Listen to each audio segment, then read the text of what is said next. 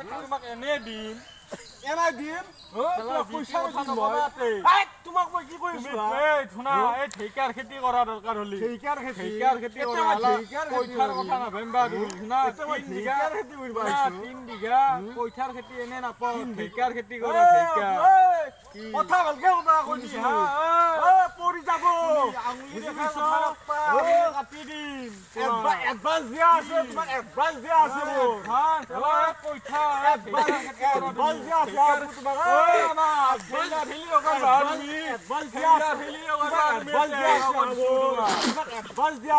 গৰমত কথা ফালি ফেলা